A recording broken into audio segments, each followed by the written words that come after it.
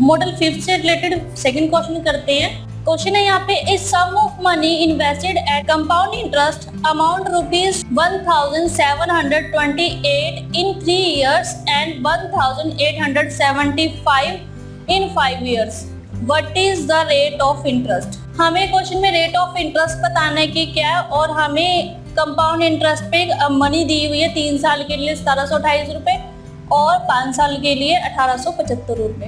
तो अब क्वेश्चन में सीआई की बात की है, कंपाउंड इंटरेस्ट की बात की है। यहाँ पर जो 1728 रुपए 3 साल के लिए और 1875 रुपए 5 साल के लिए, ये जो है ये टोटल अमाउंट की बात हो रही है। यहाँ पर किसी अमाउंट के साथ प्लस इंटरेस्ट जो भी अमाउंट होती है वो होता है हमारा टोटल अमाउंट, ठीक है। तो ये टोटल अमाउंट है 3 साल का और ये टोटल अमाउंट है 5 साल का। तो हमें टोटल अमाउंट का फॉर्मूला पता है कंपाउंड इंटरेस्ट के केस में, तो हम टोटल अमाउंट फाइंड आउट करते हैं। A = P 1 + R/100 whole power T, ठीक है।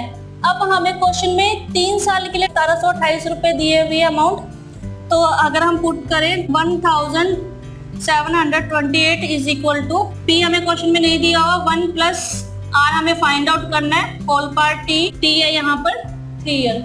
ऐसे ही 5 ईयर के केस पे जो अमाउंट है वो दिया हुआ है 1875 rupees = P 1 + R/100 whole power T है यहाँ पर 5 ईयर्स, ठीक है। तो हम इसको फिर से, ये 1 इक्वेशन है और ये इक्वेशन नंबर 2 है, ठीक है। तो अगर हम इक्वेशन 2 को इक्वेशन 1 से डिवाइड करें तो हम यहाँ से rate of interest find out कर सकते हैं। याद रहे कि जो हमने पिछले एग्जाम्पल में पढ़ा था कि amount for x year minus amount for y years is equal to simple interest x minus y years, ठीक है। वो जो था कि amount for x years minus amount for y years is equal to simple interest for x minus y years, ठीक है। ये जो एप्लीकेबल था ओनली ये था सिंपल इंटरेस्ट के लिए, हमने इसको सीआई के लिए एप्लीकेबल नहीं करना, ठीक है, ना ये सीआई पर अप्लाई होने वाला है। तो हम फॉर्मूले के साथ ही जाएंगे। तो हम सेकंड इक्वेशन को फर्स्ट से डिवाइड करें तो हम यहाँ से rate of interest find out कर सकते हैं। कैसे? P 1 + R/100 whole power T divide by P 1 + R/100 whole power 5 is equal to, हमें यहाँ पर अमाउंट भी दी हुई है तो 1875 डिवाइडेड बाय 1728। अगर हम इसको सिंप्लीफाई करें तो P से भी कैंसिल।